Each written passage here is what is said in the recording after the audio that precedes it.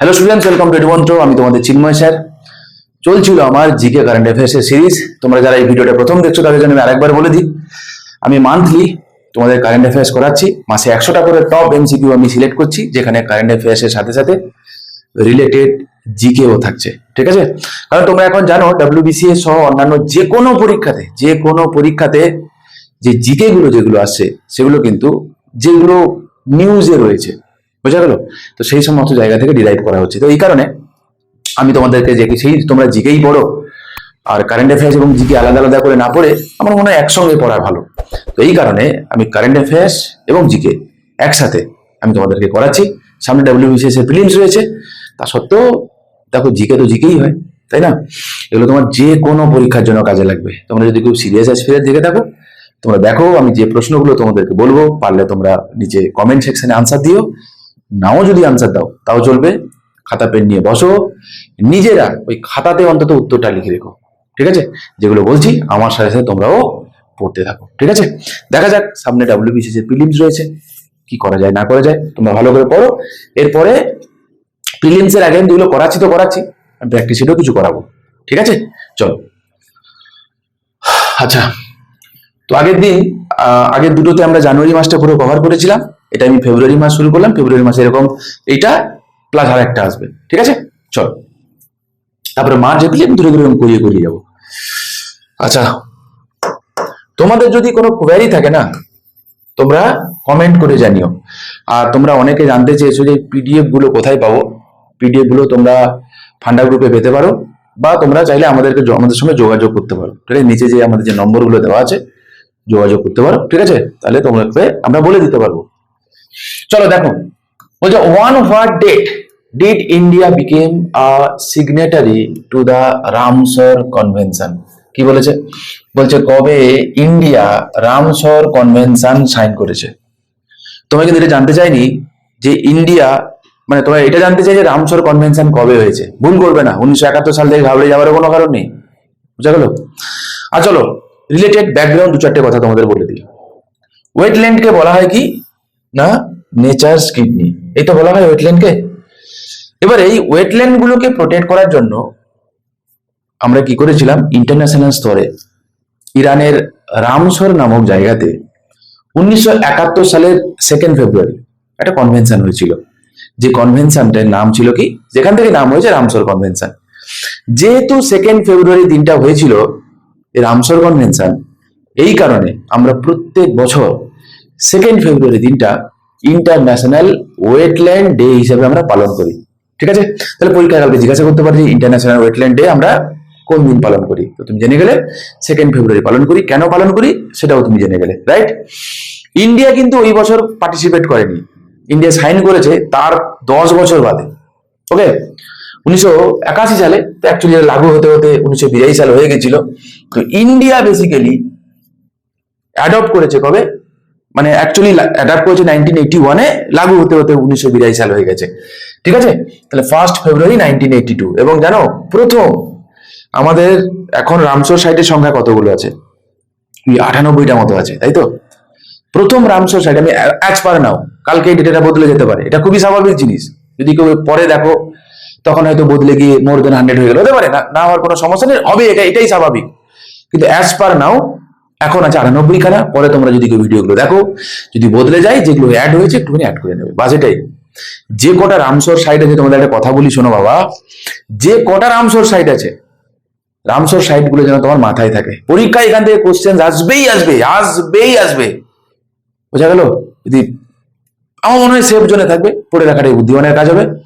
আর যদি বলে ভারতবর্ষে সব থেকে বেশি রামসর সাইট কোন রাজ্যে রয়েছে, ঠিক আছে? একটা জামানা ছিল যখন আনসার হতো উত্তরপ্রদেশ, আজ আর নাই। কমেন্ট করে জানিয়ে তো, দক্ষিণ ভারতের একটা রাজ্য। ঠিক আছে? কি বললাম?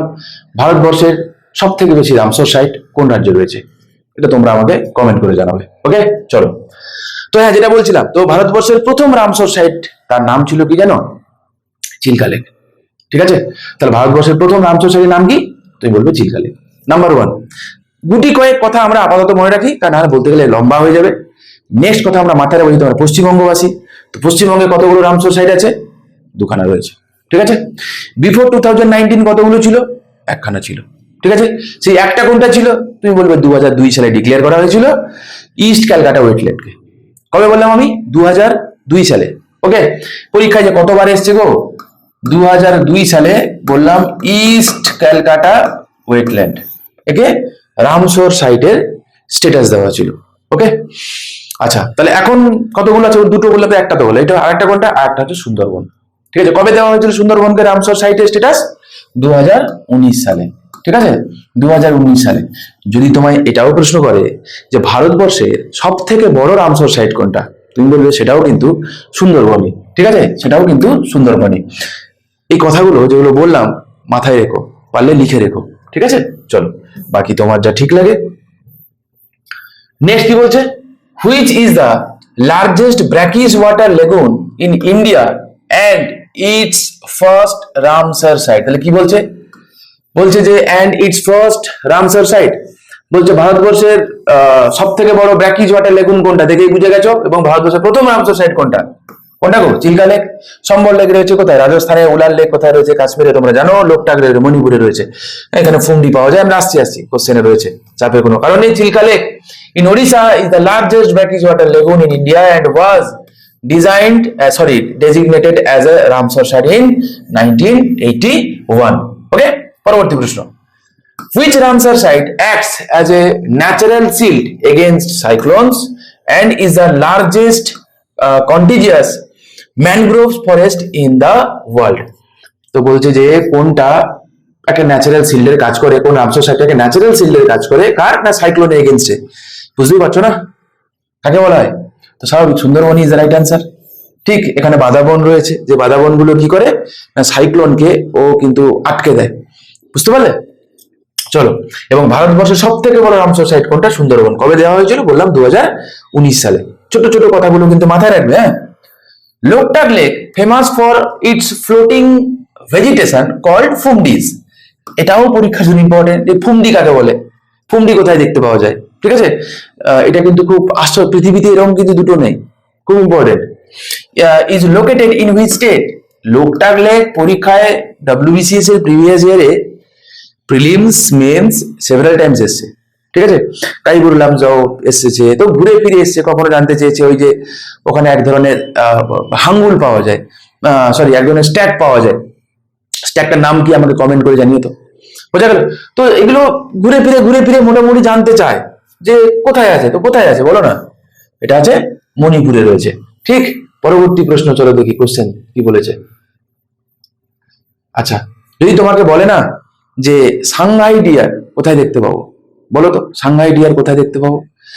এটাই কিন্তু এই লোকটাকে লিখে দেখতে পাবো। বুঝতে পারলে? যাক আমি বলে দিলাম। Loktak Lake is located in Manipur and hosts the world's only floating national park, Keibul Lamjao. ঠিক আছে, কি দেখতে পাবো? আমি এক্ষুনি কি বললাম? সাংহাই বলে এক ধরনের ডিয়া দেখতে পাবো। ঠিক আছে, আর তাহলে ওই ভাসমান যে ছোট ছোট ওই ভেজিটেবলস মানে ভেজিটেশন যেগুলো থাকে, যেগুলো ভেসে বেড়ায়, সেগুলো কি বলে? ফুমডি বলে। ঠিক আছে, দেখবে লোকটাক লেকের উপরে প্রচুর ডকুমেন্টারি রয়েছে। রাজ্যসভা টিভির একটা ডকুমেন্টারি রয়েছে, পারলে ইউটিউবে গিয়ে ফ্রিতেই পাবে, ছোট্ট করে দেখে নিও, খুব মানে ভালো লাগবে সেগুলি তোমার, বুঝতে পারবে।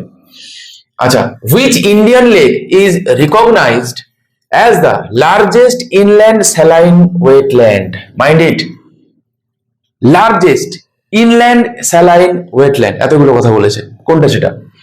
দেখো, এটা হচ্ছে তোমার সম্বল লেক, বুঝলে? আচ্ছা, এটা স্যালাইন বলেছে, ব্র্যাকিস বলেনি। আর বড় কথা, এটা ইনল্যান্ড বলেছে। কোথায় সম্বল লেক? রাজস্থানে রয়েছে। কেন ইম্পর্টেন্ট জানো?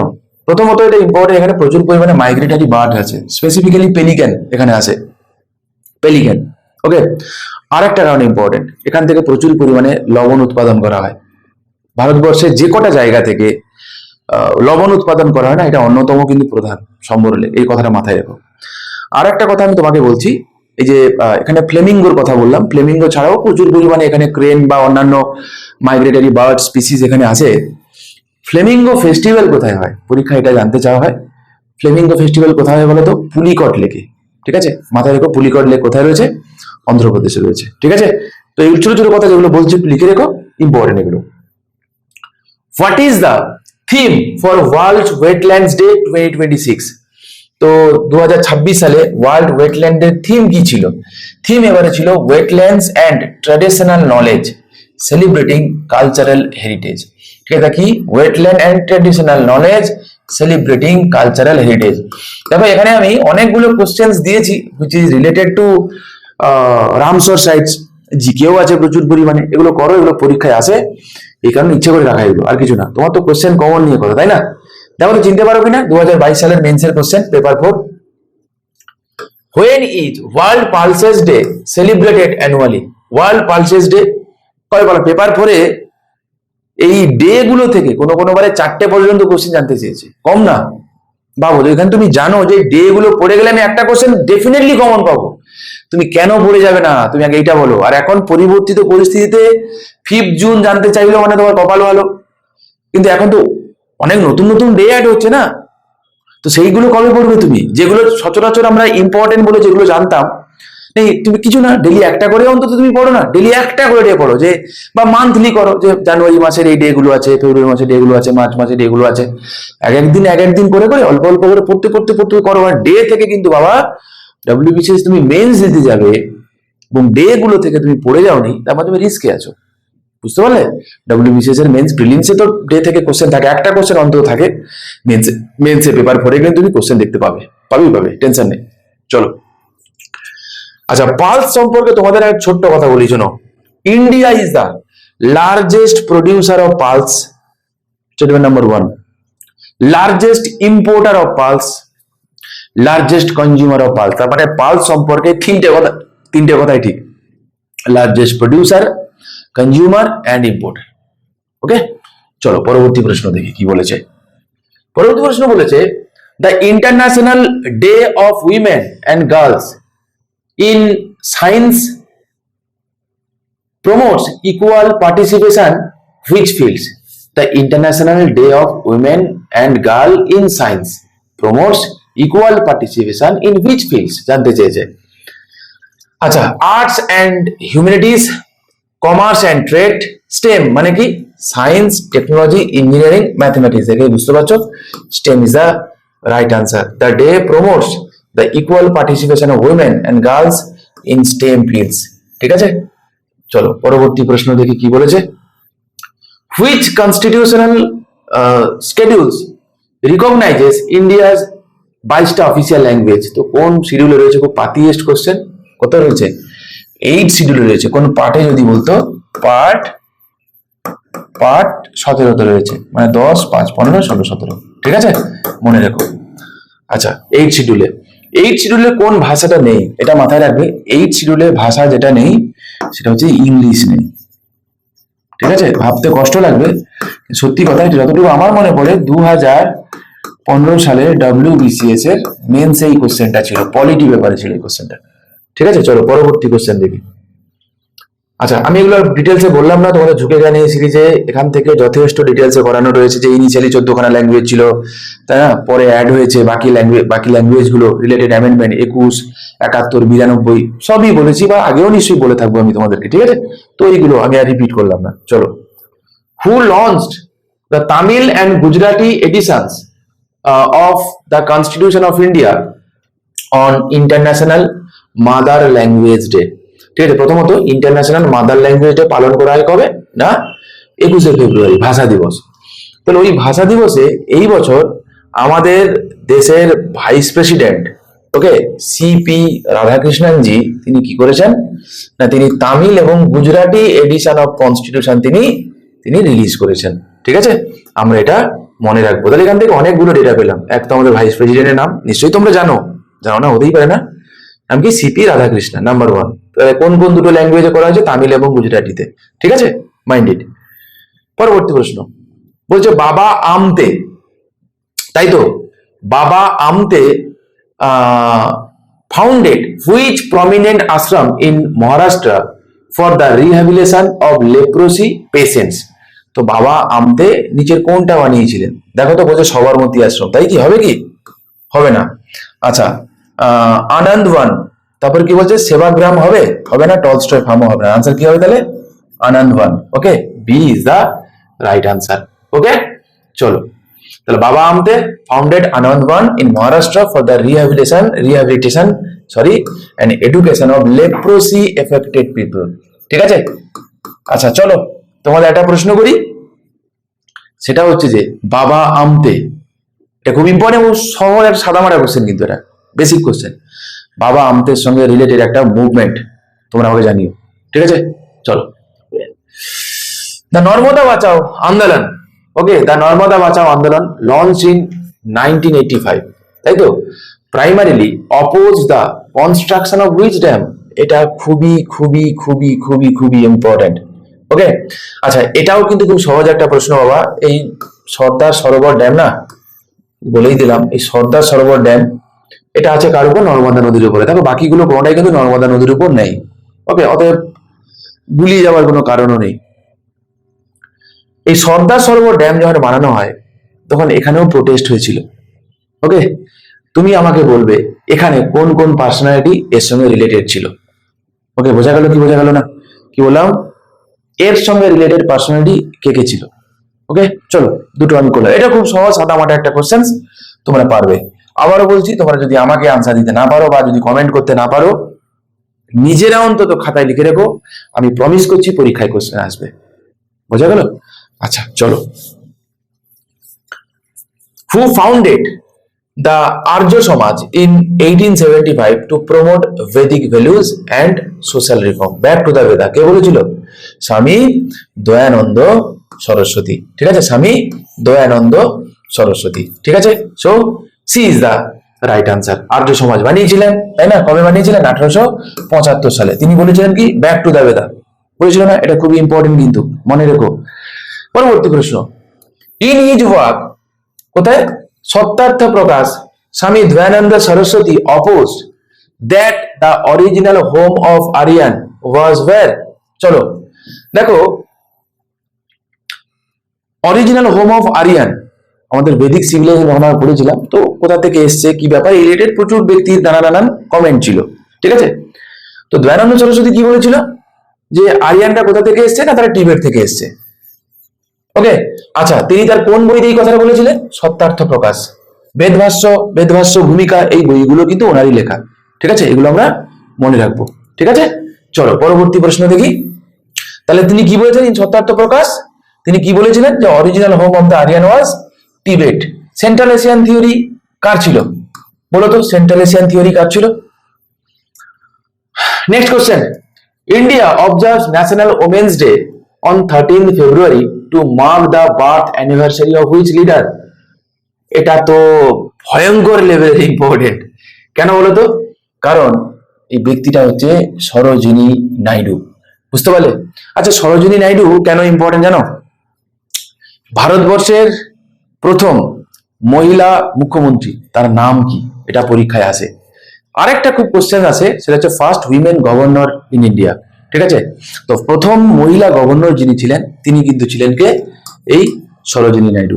আর প্রথমটা যেটা বললাম আমি, যে প্রথম মহিলা মুখ্যমন্ত্রী যিনি ছিলেন তিনি ছিলেন সুচেতা কৃপালিনী। ঠিক আছে, তো এগুলো খুবই ইম্পর্টেন্ট পরীক্ষার জন্য, তোমরা মনে রেখো। তো এই সরোজিনী নাইডু, তো তার জন্মদিনকে সেলিব্রেট করার জন্য আমরা কি করি? আমরা অবজার্ভ করি ন্যাশনাল উইমেন্স ডে। ঠিক আছে, কবে? 13ই ফেব্রুয়ারি দিনটা। ওকে, আমরা মনে রাখবো। আচ্ছা, আর এছাড়া সরোজিনী নাইডু সঙ্গে রিলেটেড ইন্ডিয়ান ন্যাশনাল কংগ্রেসের একটা ইনফরমেশন তুমি আমাকে দিও, একটা ইনফরমেশন দিও। ঠিক আছে, আচ্ছা মোহাম্মদ আলী জিন্নাকে হিন্দু মুসলিম ইউনিটি, এটা মানে হিন্দু মুসলিম, তিনি অ্যাম্বাসেডার অফ হিন্দু মুসলিম বলেছিলেন কে? তিনিও কিন্তু এই সরোজিনী নাইডু। ঠিক আছে, তো এই ছোট ছোট কথাগুলো তোমরা একটু মনে রাখো। চলো পরবর্তী প্রশ্নে যাই। Who are the first Indian women president of the Indian National Congress in 1925? কি জানতে চেয়েছে? For the first Indian women president, তাই না? তাহলে কে ছিলেন? স্বাভাবিক সরোজিনী নাইডু ছিল, এই কথাটা আমি বলতে চাইছিলাম। কবে ছিলেন? 1925 সালে ছিলেন। আচ্ছা একটা ছোট্ট প্রশ্ন আমি তোমাদের করি, যে 1925 সালের যে সেশনটা, সেই সেশনটা কোথায় হয়েছিল? এটা তো খুব সাদামাটা কোশ্চেন, তোমরা জানো। ওকে, তাহলে তোমরা বলবে যে এই সেশনটা কোথায় হয়েছিল। আবারও বলছি, না বলতে পারো, অন্তত খাতায় লিখে রেখো। ঠিক আছে, চলো তাহলে Sarojini Naidu became the first Indian women president of Indian national Congress in 1925। আর প্রথম মহিলা যিনি আইএনসি প্রেসিডেন্ট হয়েছিলেন তিনি কে ছিলেন বলতো? অ্যানি বেসেন্ট ছিল। কবে হয়েছিল বলতো? 1917 সালে। ঠিক আছে, চলো পরবর্তী প্রশ্ন দেখি। Which of the following is famous literary work by Sarojini Naidu? তো নিচের কোনটা সরোজিনী নাইডু লিখেছে বলো? এগুলো খুবই ইম্পর্টেন্ট বাবা, বলে বোঝাতে পারবো না কতটা ইম্পর্টেন্ট। লিখেছে গোল্ডেন থ্রেশহোল্ড। গীতাঞ্জলি আমাদের রবি ঠাকুরের লেখা। ডিসকভারি অফ ইন্ডিয়া কার লেখা? ডিসকভারি ইন্ডিয়া লেখা হচ্ছে জওহরলাল নেহরু লেখা। আর হচ্ছে মাই এক্সপেরিমেন্টস উইথ ট্রুথ কার লেখা? আমাদের গান্ধীজির লেখা বই।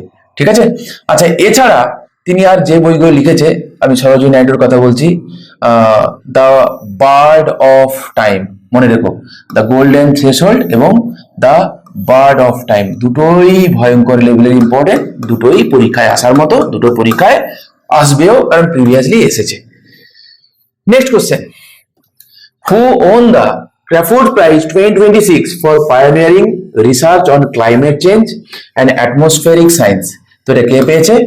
এটা পেয়েছে তোমাদের বীরভদ্রন রামানাথন।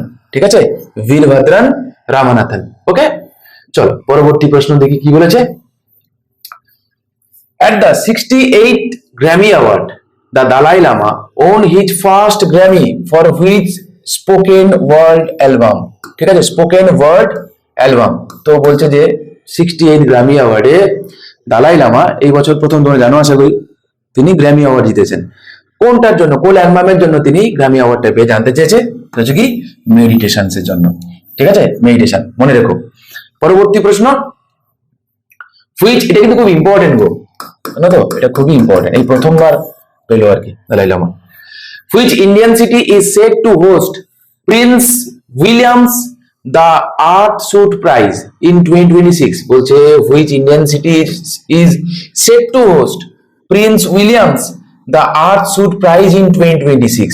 তো প্রিন্স উইলিয়ামসের আর্থ শুট প্রাইজ 2026টা কোথায় হোস্ট হবে? তো হবে কোথায়? সেটা হবে কোথায়? মুম্বাইতে হবে। Next question, which team won the women's premier league 2026 title by defeating Delhi capital? খুব সহজ একটা প্রশ্ন, তোমরা জানো, আরসিবি জিতেছে। ঠিক, পরবর্তী প্রশ্ন দেখি কি বলেছে।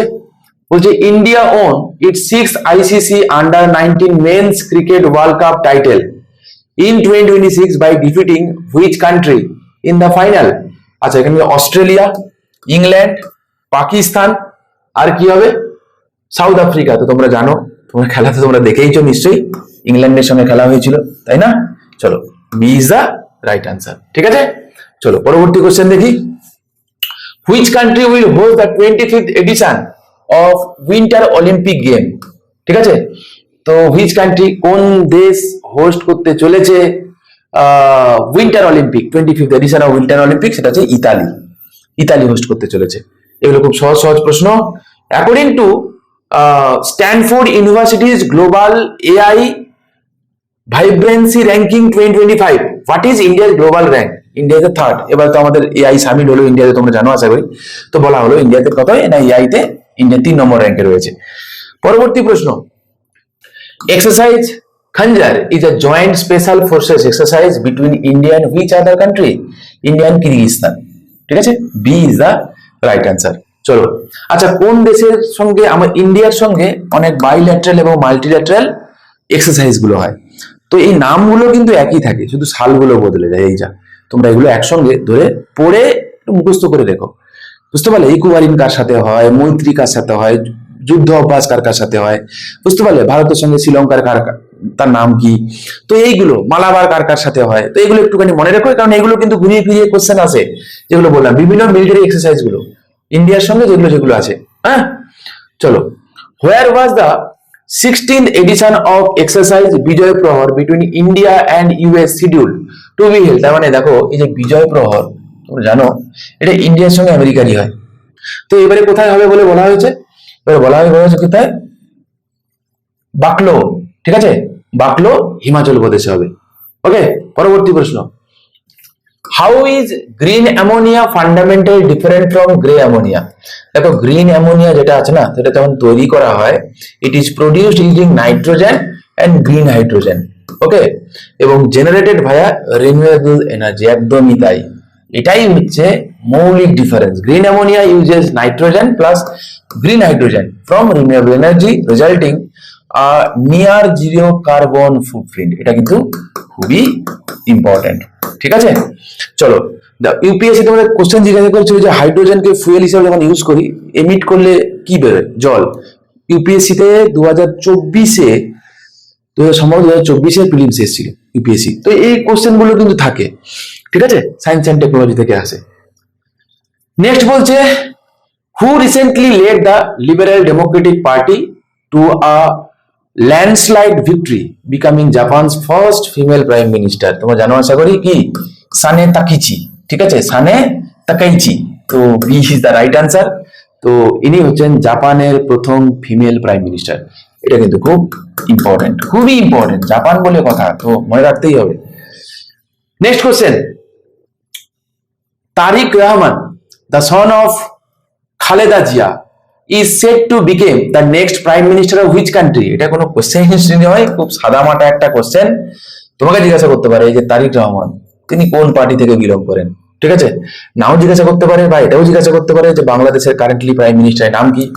মাথায় রেখো তারিক রহমান, ঠিক আছে, পারবে পারবে, এটা খুবই সহজ। এবং বাংলাদেশ ইস্যু এত বড় একটা ইস্যু, এতদিন ধরে চলেছে, কোশ্চেন আসাটা উচিত, না দিলে কিছু করার নেই, আসা উচিত। দেখা যাক, which constitutional amendment act introduced the goods and service tax in India in 2017? তো কোন কনস্টিটিউশন অ্যামেন্ডমেন্ট দিয়ে করা হয়েছিল? তোমরা জানো আশা করি 101st কনস্টিটিউশন অ্যামেন্ডমেন্ট অ্যাক্ট দিয়ে এটা করা হয়েছিল। দেখো 100 কনস্টিটিউশন অ্যামেন্ডমেন্ট অ্যাক্ট যেটা, সেটা হচ্ছে ইন্ডিয়ার সঙ্গে বাংলাদেশের টেরিটোরিয়াল রিলেটেড অ্যামেন্ডমেন্ট ছিল। এটা 99th কনস্টিটিউশন অ্যামেন্ডমেন্ট অ্যাক্ট, তোমাদের নিশ্চয়ই মনে আছে এনজ্যাকের কথা। তোমরা আমাকে জানিও 102nd কনস্টিটিউশন অ্যামেন্ডমেন্ট অ্যাক্টে কি হয়েছিল, ঠিক আছে, তোমরা আমাকে একটু এটা কমেন্ট করে জানিও। খুব সহজ কোশ্চেন বললাম। Next, the reserve bank of India was originally established in 1935 based on the recommendation of which commissions? তো বলছে আরবিআই তৈরি হয়েছিল কোন কমিটির রেকমেন্ডেশনে? তোমরা জানো রয়্যাল কমিটি বা হচ্ছে হিলটন ইয়াং কমিশন, ঠিক আছে। তো B is the right answer. আর আরবিআই তৈরি হয়েছিল কবে? তোমাদের নিশ্চয়ই মনে আছে 1 April 1935 through the RBI act of 1934। আর আরবিআই ন্যাশনালাইজড হয়েছিল কবে বলো তো? 1 জানুয়ারি, নিশ্চয়ই মনে আছে তোমাদের। আমি আরেকবার বলে দিই 1949। ওকে, মনে রেখো এটা। নেক্সট কথা, in which year was the reserve bank of India nationalise? তো রিজার্ভ ব্যাংক অফ ইন্ডিয়া আমরা কবে ন্যাশনালাইজ করেছি সেটা জানতে চেয়েছে। দেখো এটা কবে হয়েছে? 1949-এর 1 জানুয়ারি, রাইট। পরবর্তী প্রশ্ন, what is a newly revised base year for India's gross domestic product and index of industrial production as per Ministry of Statistics and Program Implementation? তো জানতে চেয়েছে কোনটা বেস ইয়ার করা হয়েছে। তাও তোমরা জানো আশা করি এটা চেঞ্জ করে 2022-23 কিন্তু এখন রয়েছে কারেন্ট বেস ইয়ার, ঠিক আছে। জিডিপি যে আমরা যে পরিমাপ করি সেটা কিন্তু এখন 22-23 কে বেস ইয়ার করেছি। এটা কিন্তু খুবই ইম্পর্টেন্ট, নতুন চেঞ্জ হয়েছে, ঠিক আছে। চলো পরবর্তী প্রশ্ন দেখি কি বলেছে। হ্যাঁ, বলছে which committee in 2014 recommended the adoption of a flexible inflation targeting framework in India? তো বলছে কি যে ফ্লেক্সিবল ইনফ্লেশন টার্গেটিং ফ্রেমওয়ার্কটা 2014 সালে কোন কমিটির রেকমেন্ডেশনে বলা হয়েছিল? 2014 সাল মানে উর্জিত প্যাটেল কমিটি, ঠিক আছে, উর্জিত প্যাটেল কমিটি। পরবর্তী কোশ্চেন দেখি, এগুলো কিন্তু তোমার পলিটি ইকোনমি ব্যাপারে, ইকোনমি সেকশনে কিন্তু তোমার এগুলো কাজে লাগবে, লাগবেই লাগবে। চলো, starting April 1st, 2026, the RBI is implementing a risk-based deposit insurance system. What does C stands for in the CAMEL framework used for risk evaluation? A CAMEL এর ফুল ফর্ম কি? দেখো, C for কি? Capital. CAMEL এর C for কি হবে তাহলে? Capital adequacy. C is the right answer. Okay, capital adequacy. আচ্ছা, CAMELS এর ফুল ফর্ম কি জানো? CAMELS।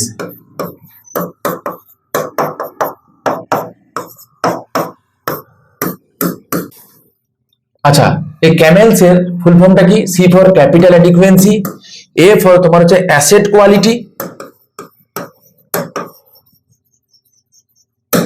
মনে রেখো। M যদি বলি সেটা হচ্ছে ম্যানেজমেন্ট, ঠিক আছে, ম্যানেজমেন্ট কোয়ালিটি। দেখতে পাচ্ছ কি? E স্ট্যান্ডস ফর আর্নিং, ঠিক আছে। আর LRS, L stands for liquidity, ঠিক আছে, আর A stands for sensitivity to market, ঠিক আছে, সেন্সিটিভিটি টু মার্কেট। তো এই ছিল মোটামুটি গল্প ক্যামেলসের, যেগুলো পরীক্ষায় কিন্তু আসার মতো কোশ্চেন, তোমরা একটুখানি মাথায় রেখো, ঠিক আছে। চলো পরবর্তী কোশ্চেন কি বলছে, India and Malaysia recently agreed to promote local currency trade settlement to reduce dependence on the US dollar. Which currency will be used? তো জানতে চেয়েছে ইন্ডিয়া এবং মালয়েশিয়া রিসেন্টলি করেছে, কি হবে, ইন্ডিয়ান রুপি আর মালয়েশিয়ার রিঙ্গিট, বাস। তো মালয়েশিয়ার কারেন্সির নাম কি, রিঙ্গিট না, মিটে গেল। পরবর্তী প্রশ্ন দেখো কি বলেছে, বলেছে the revise draft norms for the Kisan credit card propose increasing the collateral free loan limit to what amount. তো বলছে কোলার মানে কোনো কিছু জমা না দিয়ে কিষান ক্রেডিট কার্ডের আন্ডারে তো কত টাকা পর্যন্ত লোন নেওয়া যেতে পারে, আপ টু 2 লক্ষ টাকা পর্যন্ত লোন নেওয়া যেতে পারে। The percentage of the total union budget 26-27 is allocated to the gender budget. তো কত পার্সেন্টেজ জেন্ডার বাজেটের জন্য অ্যালোকেট করা হয়েছে, সেটা হচ্ছে 9.37%। নেক্সট কোশ্চেন বলছে কি, which article of the Indian Constitution empower the state to make special provision for women, providing the legal basis for gender budgeting? আচ্ছা, special provision for women and children কোথায়, article 15 clause 3 তে রয়েছে না, so B is the right answer. Article 16 মানে equal opportunity in public employment, right to equality article 14, article 21 right to life. Okay, next question, which sector carries the highest weightage in the index of industrial production? ওকে, এখানে দেখো 8খানা core industry আছে, যেটা আমরা বলা হয় 8 core industry বলে, ঠিক আছে। তো যাকে এদের মধ্যে সব থেকে বেশি এখন রয়েছে কোনটা, ম্যানুফ্যাকচারিং। ওকে, হাইয়েস্ট ওয়েটেজ রয়েছে কার, ম্যানুফ্যাকচারিং সেক্টরে। পরবর্তী কোশ্চেন দেখি কি বলেছে, as of late 2025 which state became the India's largest renewable energy contributor with a 16.5% national share? তো সব থেকে বেশি পরিমাণে রিনিউয়েবল এনার্জি শেয়ার রয়েছে কোন রাজ্যে, সেটা হচ্ছে গুজরাটে রয়েছে, ঠিক আছে, গুজরাটে। মনে রেখো সোলার উইন্ড এখানে কিন্তু পাওয়া যায়। which state is India's largest wool producer? ঠিক আছে, উল উৎপাদনে কিন্তু প্রথম রাজস্থান, প্রায় 40, তোমরা কিন্তু ভুল করে পাঞ্জাব টাঞ্জাব মেরে দিও না, উল উৎপাদনে কিন্তু এখন রাজস্থান টপে আছে, নিয়ারলি 47.5, মানে ভাবো প্রায় 50% উল একা উৎপাদন করে রাজস্থান, ঠিক আছে। রাজস্থান ইজ দ্য ইন্ডিয়ার লার্জেস্ট উল প্রডিউসার। পরবর্তী প্রশ্ন, the majority of wool produced in India belongs to which grade? Okay, সেটা হচ্ছে কার্পেট গ্রেড, ঠিক আছে, কার্পেট গ্রেড, কার্পেট উৎপাদন করার জন্য মোর দেন মোটামুটি 85% যে উল আমরা উৎপাদন করি সেগুলো কার্পেট গ্রেডের উল।